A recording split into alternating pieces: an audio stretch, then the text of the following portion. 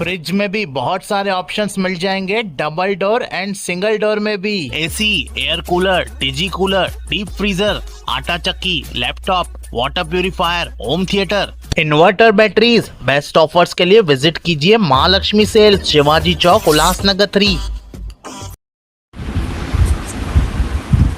अंबरनाथ पश्चिम के भगत सिंह नगर इलाके में अंबरनाथ पुलिस की एंटी नारकोटिक्स टीम ने बड़ी कार्रवाई करते हुए करीब 8,54,000 रुपये मूल्य की हेरोइन जब्त की है। पुलिस को गुप्त सूचना मिली थी कि क्षेत्र में नशीले पदार्थों की बिक्री की जा रही है। सूचना के आधार पर जाल बिछाकर पुलिस ने आरोपी को रंगे हाथों पकड़ लिया। तलाशी के दौरान उसके पास से भारी मात्रा में हेरोइन, 150 सॉल्यूशन की बोतलें तथा अन्य नशीले पदार्थ बरामद किए गए। पुलिस ने इस मामले में शरीफ शेख नामक आरोपी को गिरफ्तार किया है। जांच में सामने आया है कि उसके खिलाफ विभिन्न पुलिस थानों में पहले से 17 गंभीर आपराधिक मामले दर्ज हैं। भगत सिंह नगर क्षेत्र लंबे समय से नशीले पदार्थों की गतिविधियों को लेकर संवेदनशील माना जाता रहा है। पुलिस की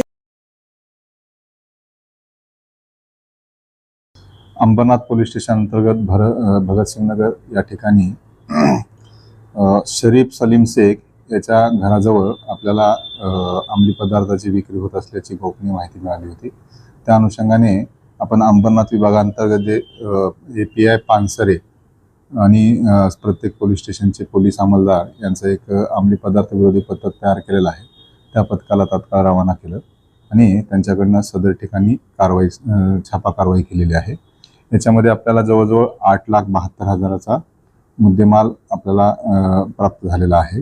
त्याच्यामध्ये हिरोईन जो गर्दा म्हणून हे केला जातो असे एक पावडर आपल्याला 24 ग्रॅम 420 एवढा आपला मुद्देमाल मिळालेला आहे। त्याचबरोबर 155 ज्या नशा करण्यासाठी सोल्युशनच्या बॉटल्स वापरल्या जातात त्या 155 बॉटल्स मिळालेल्या आहेत। त्याचबरोबर नेट्राझोम नावाच्या ज्या गोळ्या नशेसाठी वापरल्या जातात त्या जवळजवळ 500 गोळ्या आपल्याला त्या छापा कारवाईमध्ये मिळालेल्या आहेत। यामध्ये जो शरीफ सलीम शेख आहे या व्यक्तीवर याच्यापूर्वी 17 गुन्हे दाखल आहेत आणि त्याच्यावर प्रिव्हेंट ॲक्शन्स पण केलेली आहे। परंतु जेव्हा जेलमधून सुटतो त्यानंतर हे पुन्हा अजून या अवैध धंद्यामध्ये सहभागी होत असल्याचे आमच्या तपासात निष्पन्न होत असल्याने याच्यासमोर आम्ही त्यांच्यावर कठोरात कठोर प्रतिबंधक कारवाई करण्याची आमची तयारी आहे।